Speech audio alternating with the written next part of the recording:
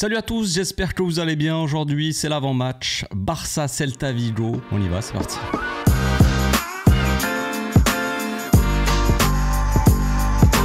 Au passage, n'hésite pas à nous rejoindre si c'est pas encore fait et à partager la chaîne autour de toi, ça fera plaisir à tonton. On enchaîne quelques jours après la qualification en demi-finale de Ligue des Champions. Malgré la défaite contre Dortmund, le Barça enchaîne donc et reçoit le Celta Vigo à domicile. À quoi s'attendre face à une équipe du Celta Vigo? On a vu la dernière fois, ils ont perdu contre l'Espagnol de Barcelone et Iago Aspas s'est plaint, il a dit il y en a marre. Il y en a marre de ces équipes qui ne jouent pas au football, qui passent leur temps à défendre tout ça. Donc j'imagine que le Celta Vigo va se pointer à Barcelone en ayant envie d'attaquer, en ne posant pas forcément un bus. J'ai hâte de voir ça, très hâte. Donc oui, Iago Aspas, vous savez, R9 Prime à chaque fois qu'il nous affronte, mais ça c'est plutôt quand ça se passe chez lui. Là cette fois-ci on est à domicile, donc potentiellement je suis un peu plus serein, disons. Le Celta Vigo à l'extérieur, ça m'embête un petit peu. Le Celta Vigo quand on le joue à domicile, ça va. Je suis un peu plus confiant, disons. Donc le match contre le Celta arrive après. C'est le match d'après la fameuse défaite contre Dortmund, la première défaite de l'année. Ce n'est pas une catastrophe comme on a déjà parlé dans les dernières vidéos.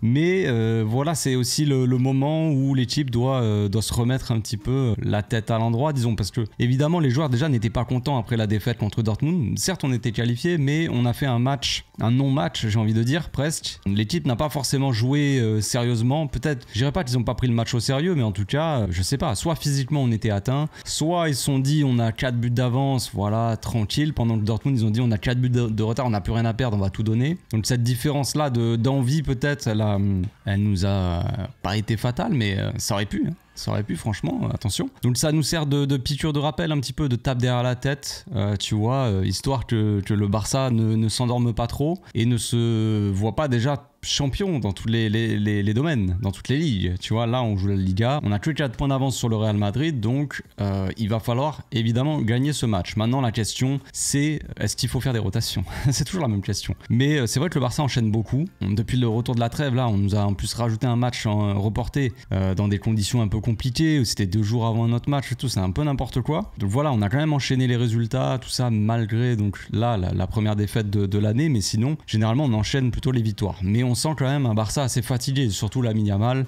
qu'on sent un petit peu cramé. C'est le principal joueur, je pense, où on voit qu'il est quand même atteint physiquement. Donc est-ce qu'il faut faire tourner, est-ce qu'il faut faire souffler en tout cas Lamine Yamal par exemple, en priorité, disons, est-ce qu'il faut faire des grosses rotations, changer toute l'équipe? Je ne pense pas. Il y a un match mardi, je crois, contre Majorque, qui ne sera pas forcément un gros match non plus, où normalement tu es censé pouvoir faire tourner, on va dire, sans trop de dégâts potentiel, disons. Sachant qu'en plus le week-end d'après, donc il y a la finale de Coupe du Roi, Classico contre le Real Madrid. Donc il va falloir garder des forces un petit peu, s'économiser. Là les 2 prochains matchs, il va falloir gérer intelligemment l'équipe, essayer de la gérer au mieux, gérer ses efforts, tout ça. Il va falloir aussi gagner les matchs, parce que la course au titre, le Real Madrid, ils ont la dalle, ils viennent de se faire éliminer contre Arsenal en Ligue des Champions. Donc nul doute qu'ils vont vouloir aller chercher la Liga. Et il n'y a pas que eux, même. Il y a même le président de la Liga voudrait qu'ils aillent chercher la Liga par exemple. Bref, c'est pas le sujet. Mais en tout cas, vous avez compris l'histoire. Ça va pas être... on n'a pas gagné encore. Franchement, on n'a pas gagné la Liga. Si on bat le Real Madrid dans le match retour en Liga et qu'on prend 3 points de plus d'avance, qu'on est à 7 points d'écart, je pense que on pourra dire que ce sera fait. Mais en attendant, le faux pas est interdit. Le faux pas est interdit. Mais donc il y a ce problème là, il faut des résultats, mais il faut aussi quand même absolument faire souffler les joueurs. Je suis désolé, mais Lamine Yamal, je dirais pas qu'il n'est plus que l'ombre de lui-même, mais en soi, c'est quand même un Lamine Yamal qu'on sent beaucoup moins efficace, beaucoup moins tranchant, beaucoup moins décisif dans les derniers matchs. Dans les 2 derniers matchs, c'est assez compliqué. Même l'attaque du Barça en soi, dans les 2 derniers matchs, on n'a pas marqué de but. Les 2 buts qu'on marque, c'est des CSC. Donc, ça veut pas dire... Comme je l'ai dit, ça veut pas dire que c'est la catastrophe, mais il faut faire attention aux joueurs tout simplement. Flick, il a parlé un petit peu en conférence de presse, il a exprimé son mécontentement, son étonnement sur la programmation des matchs. Il a dit c'est bizarre que le match soit à 16h, parce que oui, le match de demain est en plein après-midi, 16h, une heure encore une fois éclatée. Là, vous savez, les matchs de l'après-midi, moi je suis pas fan de toute façon, personnellement, mais voilà, il s'est plaint un petit peu, il a considéré qu'il n'y a pas assez d'heures entre le dernier match et celui-là, il s'est étonné pourquoi on joue pas des matchs à 18h, quelque chose comme ça.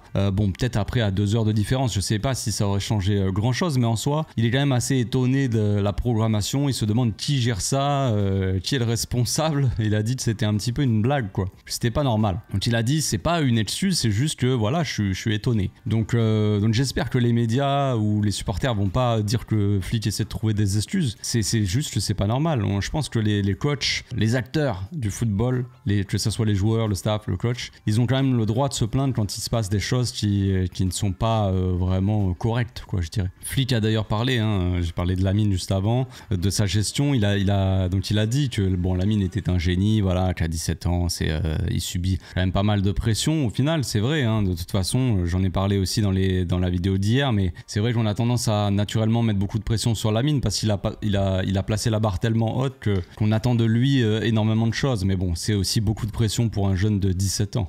Mais il a dit qu'on avait besoin de lui sur le terrain, mais besoin de lui surtout en forme. Donc il a dit qu'il discutait de toute façon en général avec les joueurs et que si les joueurs disaient qu'ils étaient fatigués, il changerait probablement quelque chose. Maintenant, il faut que les joueurs soient honnêtes aussi avec le coach et lui disent que s'ils sont un petit peu fatigués, il faut le dire aussi. C'est vrai que les joueurs ont tendance à toujours vouloir jouer, mais pour leur bien, des fois, c'est pas forcément la bonne chose à faire. Il a parlé aussi donc de la Liga, mais ça, on en avait déjà parlé de toute façon. Il y a des choses qui se passent qui sont un peu bizarres. Quand on voit que dans les autres ligues, il y a des matchs qui sont reportés. On a vu ça contre, je crois, c'était Benfica. On a vu ça aussi avec le PSG, par exemple, où les matchs entre les matchs de championnat, entre les matchs de Ligue des Champions, ils sont reportés pour que l'équipe, elle se repose et pour qu'elle soit en pleine forme en Ligue des Champions. Nous, c'est pas notre cas. J'ai l'impression qu'on nous rajoute des matchs. Avec le match d'Osasuna qui était reporté, on nous l'a mis avant les matchs de Ligue des Champions, tout ça. Ce n'est pas normal. Ce n'est pas normal. Les ligues, soit elles se mettent toutes d'accord et on peut reporter les matchs de championnat avant les matchs de Ligue des Champions, soit personne peut le faire, soit tout le monde peut le faire. Mais c'est bizarre. Il y a un certain avantage pour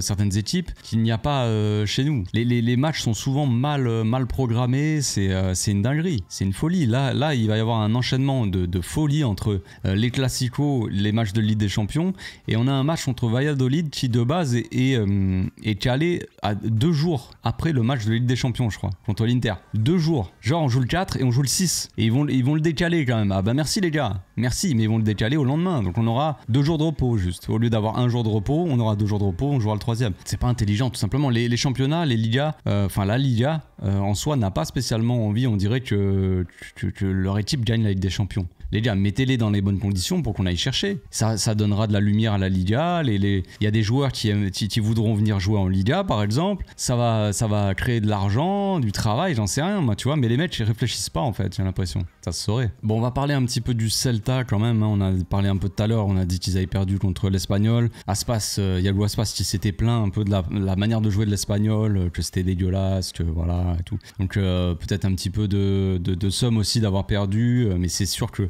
la plupart des équipes de Liga jouent comme ça. Enfin, je veux dire, quand nous on se place de la vision des supporters du Barça, quand on regarde le Barça jouer contre des plus petites équipes qui n'ont pas de quoi rivaliser dans le jeu, la plupart du temps elles posent un bus et elles cherchent à défendre. Nous on voit ça très souvent. Peut-être que Yago Aspas n'a pas trop l'occasion de voir ça, mais c'est vrai que nous on est habitués et oui on peut se plaindre de ça. Il y a des équipes qui refusent de jouer, mais c'est comme ça. C'est de plus en plus et de plus en plus d'équipes qui font ça. On verra si le Celta Vigo va pas faire ça, parce que j'ai le souvenir quand même du Celta Vigo de la saison dernière où il défendait en 5-3-2. Donc Yago, frérot, s'il te plaît. Bon, mis à part ça, franchement le Celta Vigo c'est pas dégueu en termes de forme. Ils sont sur les derniers matchs, ils ont perdu contre l'Espagnol certes, mais ils ont gagné contre Mallorca, qu'on joue d'ailleurs mardi. Ils ont fait match nul contre Las Palmas, victoire contre Valladolid, Leganés, nul contre Girone, victoire contre Osasuna, nul contre l'Atlético Madrid, victoire contre le Betis Séville. Voilà. Il y a eu un moment où c'était compliqué. Ils ont perdu contre le Real en coupe, ils ont perdu contre Bilbao, ils ont perdu contre Valence, contre le Rayo Vallecano. Il y a eu une certaine période là, vers février, où ils ont pas mal enchaîné les défaites, les mauvais résultats. Mais après, ils ont eu une belle période avec pas mal de victoires quand même, quelques nuls. Et donc, pour finir avec la défaite contre l'Espagnol. Donc, on va voir comment se présente le Celta Vigo. Est-ce que vraiment ils sont dans une belle période? Est-ce qu'ils vont nous poser des problèmes? Je pense que le Barça aura à cœur aussi, maintenant qu'on est qualifié en demi, tu vois, on a passé ce cap-là, tu vois. Et peut-être que les joueurs ils vont se dire, se redonner à fond, tu vois, je sais pas. Il y avait peut-être ce truc-là, même si au final, comme je l'ai dit, les matchs s'enchaînent et bientôt on aura le Classico en finale et même la Ligue des Champions qui va revenir. Donc, mais je vois ça comme ça, je sais pas pourquoi. J'ai l'impression que vu qu'on a passé un cap, c'est bon, on est qualifié en demi. Bah maintenant, on va pouvoir jouer à nouveau de notre manière, on va dire, en Liga. J'espère en tout cas. Donc sans plus tarder, on va passer à la composition d'équipe les amis, c'est parti. Voici donc mon 11 pour le match de demain contre le Celta Vigo. Je fais des rotations mais seulement avec Lamine Yamal que je fais souffler on va dire. Voilà, c'est un peu tout. Évidemment il y a toujours la même défense, Inigo de retour dans le 11 avec Koubarsi, à voir aussi, Garcia peut avoir son mot à dire. Il y a Christensen qui est de retour depuis 2-3 matchs là et qui a toujours pas joué, peut-être 2 matchs. Il a toujours pas joué une seule minute, on va voir s'il peut aussi rentrer dans la rotation, ça peut être pas mal pour pouvoir faire souffler certains. Par exemple, pour vraiment placer Garcia quand on le veut en 6, tout en ayant quand même des doublures en défense, avec un Christensen qui est un petit peu plus adapté peut-être au jeu du Barça que ne l'est Ronald par exemple. À voir pour Gérard Martin aussi, s'il enchaîne encore ou si il y a Hector Fort aussi qui peut jouer là. Bon, il y a Koundé, voilà. Hein. D'ailleurs, Flick a eu un petit mot pour Koundé. Il a dit si je fais souffler un petit peu Koundé, 30 minutes, il va aller courir à Sitges.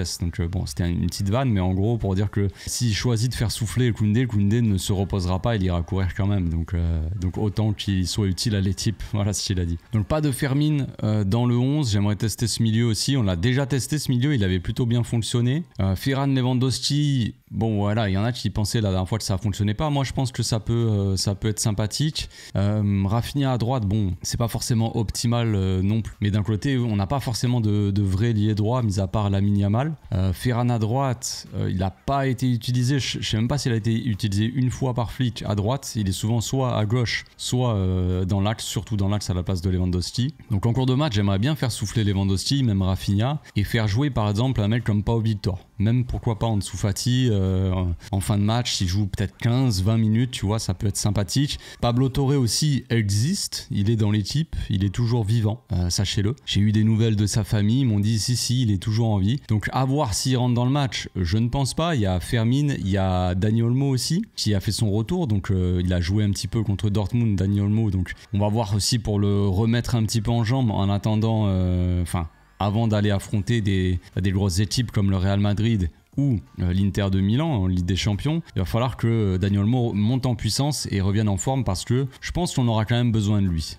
Dans ces matchs-là, surtout contre l'Inter Milan où ça va défendre, il va falloir des mecs qui font un petit peu la différence, qui offensivement sont très bons techniquement, donc Lamine Yamal en forme et Dani Olmo sur le terrain, ça peut être vraiment pas mal. Pedri a pu souffler contre Dortmund, c'est bien. Ça veut pas dire qu'il faut qu'il joue 90 minutes contre le Celta Vigo, mais je pense qu'il faut pas non plus faire une grosse rotation. Là, moi j'ai pas fait vraiment tourner, mis à part Lamine que j'ai mis au repos. Mais le Celta Vigo, ça reste une équipe, comme je l'ai dit, hein, même s'ils ont perdu la dernière fois, ça reste une équipe quand même qui est assez en forme. Donc il faut pas non plus croire qu'on va gagner facilement et faire tourner toute l'équipe. Donc en termes d'animation, Ferran, on sait qu'il va venir se placer là, limite des fois Ferran il se place là, mais voilà, très axial pour le poste de Ferran. Rafinha à voir s'il colle la ligne ou s'il rentre un petit peu aussi dans le demi-espace avec Koundé qui monte. Gérard Martin aussi pourra monter et il y aura une sorte de truc comme ça, je pense. Je pense pas qu'avec évidemment des milieux très libres, hein, Pedri, Gavi, Frenkie, ça va bouger. Frenkie pourra apporter un avantage numérique quand il montera, mais je pense qu'il restera assez bas pour défendre un petit peu, enfin pas pour défendre, pour sortir la balle plutôt et faire le jeu, on va dire, dans notre propre camp, sortir les ballons, orienter, puis donner le ballon à Pedri une fois qu'on passe un petit peu le milieu de terrain pour que Pedri fasse le jeu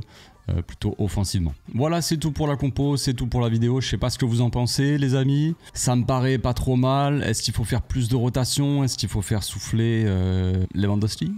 Je sais pas, ça ferait beaucoup je pense. Si on met par exemple une attaque Rafinha, Ferran Torres, Pau Victor, ça me paraît quand même un peu compliqué. Je pense que Pau Victor, si on veut faire jouer les mecs comme ça, que ce soit Pau Victor, Ansu Fati, Pablo Torre, c'est les mecs qui à mon avis ne peuvent pas forcément être titulaires. Ils ont zéro rythme en fait. C'est comme ça, c'est dû à la gestion, à leur gestion à eux de Flick. Si les mecs avaient enchaîné un petit peu plus, ils jouaient des 30 minutes, de temps en temps 1 heure, des trucs comme ça, tu peux les mettre titulaires. Là, je pense pas qu'ils aient le rythme suffisant pour d'entrée jouer au moins 1 heure comme ça dans un match comme ça, tu vois, du jour au lendemain, alors qu'ils jouent pas une seule minute limite. Pau Victor et Pablo Torre n'ont pas joué depuis je sais pas combien de semaines. Donc bon, Je pense que si tu dois les faire rentrer, ça va être 5-10 minutes avant la fin du match, tu vois. Donc je pense qu'il y aura un truc comme ça. Si tu veux faire souffler Lewandowski, tu peux le sortir à la 70e. Tu mets pas au Vitor 20 minutes, 15-20 minutes. Je pense que ça peut le faire. Pendant 15-20 minutes, il peut se donner à fond. Puis à chaque fois qu'il rentre pas au Vitor, il se crée des occasions quand même.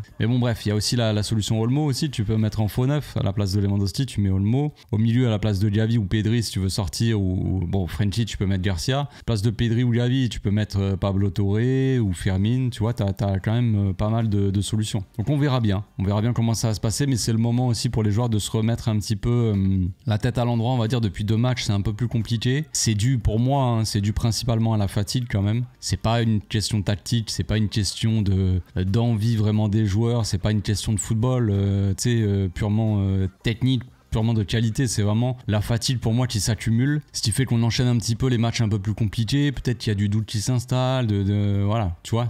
Mais de base, ça part de la fatigue et après ça débouche sur autre chose, quoi. Mais bon, bref, on se retrouve demain, les amis, 1 heure avant le match pour le live d'avant-match et puis ensuite pour le débrief. D'ici là, portez-vous bien, passez un agréable week-end. À demain. Ciao.